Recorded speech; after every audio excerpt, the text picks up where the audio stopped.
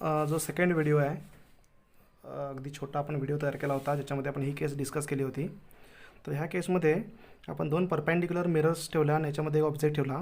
तर याच्या आपण 3 इमेजेस तयार होतात असं डिस्कशन घेतलेलं आहे. म्हणजे ही फर्स्ट इमेज आहे, सेकंड इमेज, आणि ह्या दोन्हींच्या ज्या इमेजेस तयार होतात, 2 इमेजेस त्या इथं ओव्हरलॅप होतात. सो इथं 3 इमेजेस तयार होतात. तर ह्या दोन्ही मिररमधला जो अँगल आहे तो 90 डिग्री आहे. समजा हा अँगल 90 डिग्रीपेक्षा कमी असेल तर काय केस येणार, किती नंबर ऑफ इमेजेस तयार होतील. अँगल 90पेक्षा कमी असेल, हा ऑब्जेक्ट सिमेट्रिकल पोझिशनवर असेल किंवा नसेल. तर ह्या सगळ्या केसेसमध्ये आपण एक जनरल फॉर्म्युला घ्यायचा आहे. तो फॉर्म्युला इथं लिहिलेला आहे मी. हा फॉर्म्युला बघा, त्यानंतर आपण एक सिम्पल केस डिस्कस करूया किंवा सिम्पल एक शॉर्टकट बघूया ज्याच्यामध्ये आपल्याला हा फॉर्म्युला पण लक्षात ठेवायची गरज नाही आहे.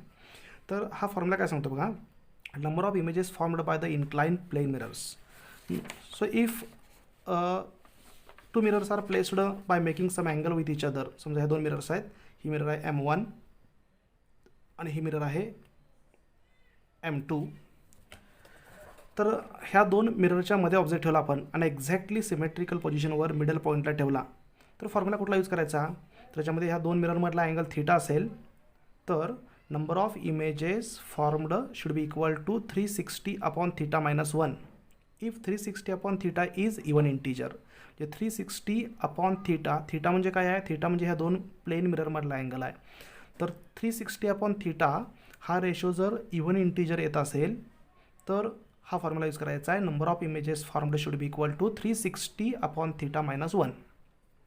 आता याच्यामध्ये हा जो रेशो आहे 360 अपॉन थीटा, हा जर इवन इंटीजर नसेल म्हणजे ऑड इंटीजर असेल तर त्याच्यामध्ये परत 2 केसेस आहेत. म्हणजे ऑड इंटीजर येत असेल तर ऑब्जेक्ट हा सिमेट्रिकल पोझिशनवर ठेवला असेल तर वेगळा फॉर्म्युला यूज करायचा आहे. आणि ऑब्जेक्ट जर सिमेट्रिकल पोझिशनवर नसेल, असिमेट्रिकली प्लेस केला असेल तर फॉर्म्युला वेगळा यूज करायचा आहे. हां, म्हणजे बघा, दोन्हीमधला अँगल थीटा आहे. 360 अपॉन थीटा ही व्हॅल्यू कॅल्क्युलेट करायची. 360 अपॉन थीटा ही व्हॅल्यू जर इंटीजर इवन इंटीजर येत असेल तर 360 अपॉन थीटा मायनस 1 हे जे आन्सर येईल that will be number of images formed. 360 upon theta odd integer येत असेल तर तुम्हाला कन्फर्म करावं लागेल की ऑब्जेक्ट बरोबर सिमेट्रिकल पोझिशनवर आहे का असिमेट्रिकल पोझिशनवर आहे. फॉर एक्झाम्पल समजा 60 अँगल असेल टोटल ह्या 2 मिररमधला, तर इकडचा अँगल 30 पाहिजे, हा 30 पाहिजे, तरी सिमेट्रिकल पोझिशन. समजा हा 40 आणि हा 20 असेल तर तो असिमेट्रिकल पोझिशनमध्ये, तर हा फॉर्म्युला यूज करावा लागेल. म्हणजे 360 अपॉन थीटा हा जर ऑड इंटीजर येत असेल आणि ऑब्जेक्ट जर सिमेट्रिकली प्लेस केला असेल तर फॉर्म्युला कुठला यूज करायचा आहे, 360 अपॉन थीटा मायनस 1 म्हणजेच इवन इंटीजर सारखाच. आणि जर असिमेट्रिकल पोझिशनवर असेल तर फॉर्म्युला कुठला यूज करायचा आहे, number of images formed should be equal to 360 upon theta. आता हा जो फॉर्म्युला आहे तो डायरेक्ट आपण ह्या केसला अप्लाय करून बघूया. आपण जी लास्ट व्हिडिओमध्ये केस डिस्कस केलेली आहे की परपेंडिक्युलर मिरर्स आहेत आणि तो ऑब्जेक्ट आपण सिमेट्रिकल पोझिशनवर ठेवलेला आहे आणि आपला नंबर ऑफ इमेजेस काढायचे आहेत. तर याच्यासाठी आपण नंबर ऑफ इमेजेस किती काढलेत, 1, 2 अँड 3. ॲक्च्युली ते 2 इमेजेस आहेत पण त्या ओव्हरलॅप व्हायला आहेत, म्हणजे आपल्याला दिसताना इमेज किती दिसणार, 1, 2 अँड 3. तर ह्याच्यामध्ये ह्या केसमध्ये परपेंडिक्युलर मिरर्स असतील तर 3 इमेजेस तयार होतात. मग हा फॉर्म्युला यूज करूया आपण. ह्या दोन्हीमधला अँगल किती आहे, तर 90 आहे. अँगल 90 असेल तर 360 अपॉन थीटा काढायचा आहे. 360 अपॉन 90, 360 अपॉन 90 किती आला, तर इथं हा 4 आला. म्हणजे 4 हा इवन इंटीजर आहे. मग इवन इंटीजर असेल तर हा फॉर्म्युला यूज करायचा आहे. मग हा किती आला, 360 अपॉन 90, 4 मायनस 1 3, म्हणजेच किती इमेजेस तयार होणार, इथं 3 इमेजेस तयार होणार. म्हणजे हा फॉर्म्युला इथं ॲप्लिकेबल आहे. पण या फॉर्म्युल्यामध्ये परत कन्फ्युजन होतं की इवन इंटीजर आहे का ऑड इंटीजर आहे, मग सिमेट्रिकल पोझिशन आहे का सिमेट्रिकल पोझिशन नाही. तर हे फॉर्म्युला लक्षात राहिला तर चांगलीच गोष्ट आहे. पण हा फॉर्म्युला लक्षात राहत नसेल तर दुसरी एक मी तुम्हाला ट्रिक सांगतो. त्या ट्रिकवरून तुम्हाला तो सिमेट्रिकल आहे का नाही बघायची गरज नाही आहे. तो इवन इंटीजर आहे का ऑड इंटीजर आहे हे सुद्धा बघायची गरज नाही आहे. तर त्याचं पहिल्यांदा मी एक्सप्लेनेशन देतो आणि त्यानंतर मग शॉर्ट ट्रिक बघूया आपण. ठीक आहे. सो ह्या केसमध्ये बघा, ही केस पुन्हा थोडीशी आपण रिवाईज करूया की ह्या परपेंडिक्युलर मिरर्स आहेत. हा ऑब्जेक्ट ओ आहे, त्याची इथं फर्स्ट इमेज तयार झाली. ह्या मिररमध्ये इथं सेकंड इमेज तयार झाली. This image acts as a virtual object for M2. So it produces the third image I3 here and this image I2 acts as a virtual object for this first mirror. This produces next image, fourth image I4 at this place. So I3 and I4 overlaps. So total images formed are 1, 2 and 3. आता by symmetry हे distance आणि हे distance same आहे, कारण आपण discuss केलं की जेवढ्या डिस्टन्सवर ऑब्जेक्ट असेल तेवढ्या डिस्टन्सवरच इमेज तयार होणार फ्रॉम मिरर. म्हणजे हे डिस्टन्स आणि डिस्टन्स सेम आहे. So this distances are same. हां, ही साईड कॉमन आहे ह्या दोन्हींसाठी. तर मी हे जे डिस्टन्स, ही जर लाईन मी इथं जनरेट केली तर ह्या ट्रायंगलमध्ये ह्या दोन लाईन्स सेम लेंथच्या आहेत. ही कॉमन साईड आहे, हा अँगल 90 आहे, हा अँगल 90 आहे. So by symmetry these two distances are same. म्हणजे PO अँड PI1 हे डिस्टन्स सेम आहे. सिमेट्रिकली हे जे डिस्टन्स आहे PI2 आणि PI3I4 हे सुद्धा सेम असणार. म्हणजे सिमेट्रिकली ह्या चारही जे लाईन्स आहेत या सगळ्या इमेजेसचं आणि ऑब्जेक्ट्सचं सेंट्रल पॉईंटपासूनचं डिस्टन्स सेम आहे. So if we draw a circle by taking this P as a centre, then we found that all images and object are lying on a circle. या सगळ्या इमेजेस तुम्हाला एका सर्कलवर मिळतील. ठीक आहे, या तिन्ही इमेजेस आणि ऑब्जेक्ट एका सर्कलवर आहेत. हां, ज्याची रेडियस ही सेम आहे. आता हा अँगल आपला माहीत आहे 45 आहे, हा अँगल 45 आहे. ठीक आहे, हा अँगल 45 असेल तर हे डिस्टन्स सेम म्हणजे हा अँगल पण 45 आला. दिस इज इक्वल टू 45 डिग्री. हा अँगल 45 असेल तर सिमेट्रिकली हा पण अँगल 45 आला, हा अँगल 45 आला. हे सगळे अँगल 45 इथं सिमेट्रिकली तयार झालेले आहेत. 45 degree, this is also 45 degree. आता बघा, आता फर्स्ट हा ऑब्जेक्ट आहे. ह्या फर्स्ट ऑब्जेक्टची इमेज कुठं तयार झाली? इथं तयार झाली. हा ऑब्जेक्ट ह्या मिररसाठी ही जी इमेज तयार झालेली आहे I1 ती M2 साठी ऑब्जेक्ट म्हणून ॲक्ट होणार आणि याची इमेज इथं तयार झाली ही. ठीक आहे, आता हा जो अँगल आहे थोडासा मी आता 90च्या ऐवजी दुसरा जो अँगल आहे तो कन्सिडर करून आपण बघूया. समजा एक प्लेन मिरर आहे, म्हणजे हीच कन्सेप्ट आपल्याला जनरलाइज करायची आहे. So this is a first plane mirror, this is a second plane mirror. ठीक आहे, इथं ऑब्जेक्ट घेतला समजा आपण, this is object O, this is angle alpha, this is angle beta. आता कन्सेप्ट काय सांगते की हा सेंटर घेतला आपण आणि एवढी रेडियस घेऊन जर तुम्ही सर्कल ड्रॉ केलं असं,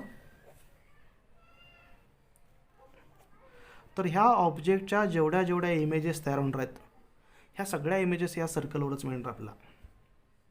क्लिअर झालं? इथं बघा की हा ऑब्जेक्ट आहे O, ह्याची इमेज आपल्याला इथे मिळाली, ह्याची सेकंड इमेज इथे मिळाली. हा ऑब्जेक्ट म्हणून ॲक्ट झाला, ह्याची इमेज इथे मिळाली. ही इमेज ऑब्जेक्ट व्हर्च्युअल ऑब्जेक्ट म्हणून ॲक्ट झाला, ह्याची इमेज इथं आपल्याला मिळाली. म्हणजे सगळ्या ज्या इमेजेस आहेत त्या सर्क्युलर पाथवर आहेत. तसं हा जो ऑब्जेक्ट आहे ह्याच्या इमेजेससुद्धा आपल्याला ह्या सर्कलवर मिळतील. मग कशा मिळणार?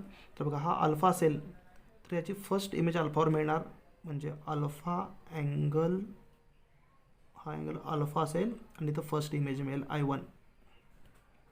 ठीक आहे, हा ऑब्जेक्ट आहे, ही मिरर आहे. ह्या ऑब्जेक्टची इमेज ह्या मिररमध्ये ह्या साईडला मिळणार. किती डिस्टन्सवर? तर एवढ्याच डिस्टन्सवर. किती अँगल? तर बीटा अँगल. तर हा बीटा अँगल आला, म्हणजे हा सुद्धा काय झाला? हा बीटा झाला, हा झाला I2. क्लिअर झालं? आता मला सांगा, ही जी इमेज आहे I1, this acts as a object for this mirror M1, M2. M1 साठी हा काय झाला आहे? ऑब्जेक्ट म्हणून ॲक्ट झाला आहे. तर हा ऑब्जेक्ट असेल तर ह्याची इमेज कुठं तयार होणार? तर ह्या साईडला इकडे कुठं तयार होणार? हा अँगल किती आहे? हा टोटल अँगल मिररपासून M1 पासून ह्याची इमेज मला M1वर बघायची आहे. तर हा अँगल किती आहे? 2 अल्फा. हा टोटल 2 अल्फा प्लस बीटा, म्हणजे मिररपासून हा जो टोटल अँगल आहे तो 2 अल्फा प्लस बीटा.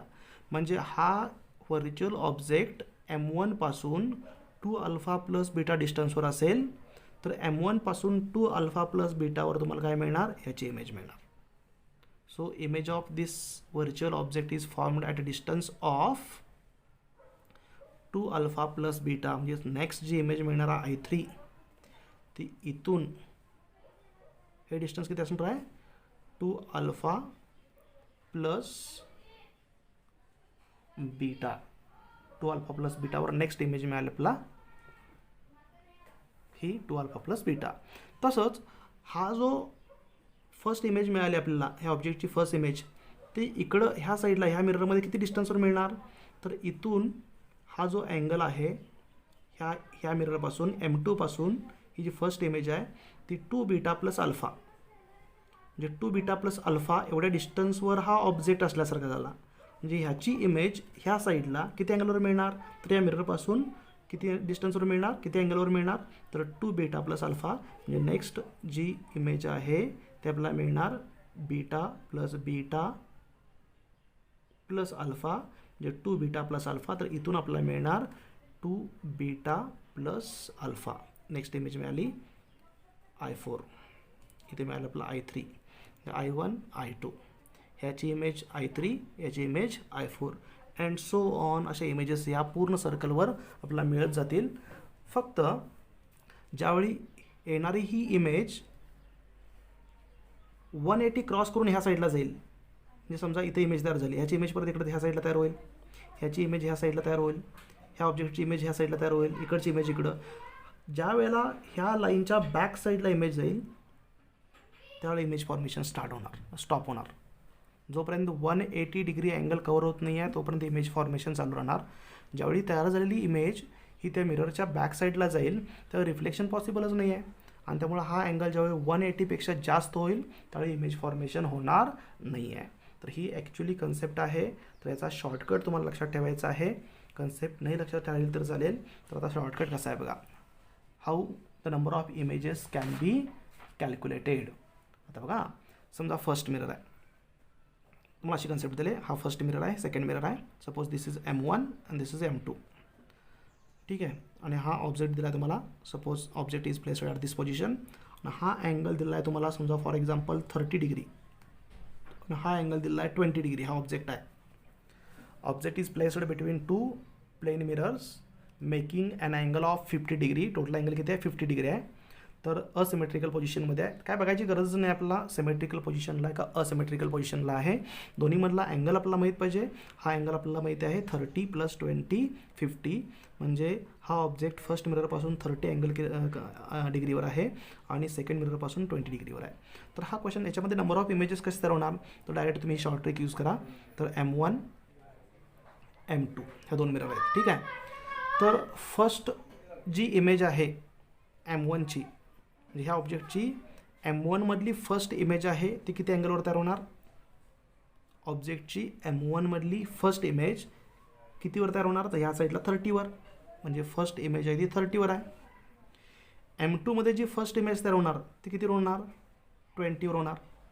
म्हणजे फर्स्ट इमेज झाली 30वर एक, 30 डिग्री अँगल करून एक, आणि ह्या साईडला 20 डिग्री अँगल करून एक, दोन इमेजेस तयार झाल्या. आता हे क्रॉस करा, दोन्हीमध्ये अँगल किती आहे, ह्या दोन मिररमधला अँगल 50 आहे, तो इथं आला 50.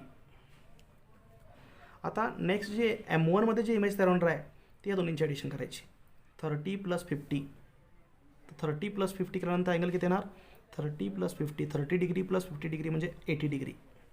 म्हणजे नेक्स्ट M1 मधली इमेज आहे ती 80 डिग्रीवर तयार होणार. त्यानंतर M2 मध्ये नेक्स्ट इमेज किती तयार होणार, तर हा 50 + 20 म्हणजे 70. इथं म्हटलं ना 2 अल्फा + बीटा, अल्फा + 2 बीटा. तर हे फॉर्म्युले आपण ॲड करत गेलो तर आपला हा शॉर्टकट मिळतो. हा अल्फा झाला, हा बीटा झाला, हा 2 अल्फा + बीटा झाला, आणि हा 2 बीटा + अल्फा झाला. कळतं का बघा, हे हा अल्फा, हा बीटा, हा झाला 2 अल्फा + बीटा, हा झाला 2 बीटा + अल्फा. असे कंटिन्युअसली अँगल ॲड होत जातील. आता नेक्स्ट बघा, नेक्स्ट काय होणार, तर हा 70 डिग्रीला आणि 80 डिग्रीला एक अँगल तयार झाला. परत क्रॉस करा, तर क्रॉस केल्यानंतर दोन्हीमधला अँगल किती आहे, ऑलरेडी हा 50 आहे, तो इथंच 50 लिहायचा, हा 50 राहिला. आता M1 मध्ये नेक्स्ट जी इमेज तयार होणार ती 70 + 50 म्हणजे त्याला 120, आणि M2 मधले नेक्स्ट इमेज आहे ती 80 + 50, 80 + 50 म्हणजे किती 130, तर 130 अँगलला. परत क्रॉस करा, तर क्रॉस केल्यानंतर हा अँगल म्हटला आपला 50 फिक्स आहे. M1 मध्ये नेक्स्ट इमेज तयार होणार ती 30 डिग्री + 50 डिग्री म्हणजे किती 180 डिग्री, आणि हा 20 + 50 170. आता हा अँगल 180 किंवा 180पेक्षा जास्त असेल तर इमेज फॉर्मेशन होणार नाही आहे. तर इथं अँगल 180 आला आहे, so this image will not be formed. 170 आहे इमेज फॉर्मेशन पॉसिबल आहे, 130 इमेज फॉर्मेशन पॉसिबल आहे, 70 हे पॉसिबल आहे, 80 पॉसिबल आहे, 120 पॉसिबल, 30 पॉसिबल, 20 पॉसिबल. त्याच्या पुढे गेला तर अँगल तुमचा 180पेक्षा जास्त होणार. म्हणजे जी इमेज तयार झाली, जी व्हर्च्युअल ऑब्जेक्ट म्हणून ॲक्ट होणार आहे, ती त्या मिररच्या बॅक साईडला जाणार. So reflection is not possible and image formation is also not possible. मग ह्या केसमध्ये किती इमेजेस तयार झाल्या, तर 1 2 3 4 5 6 अँड 7.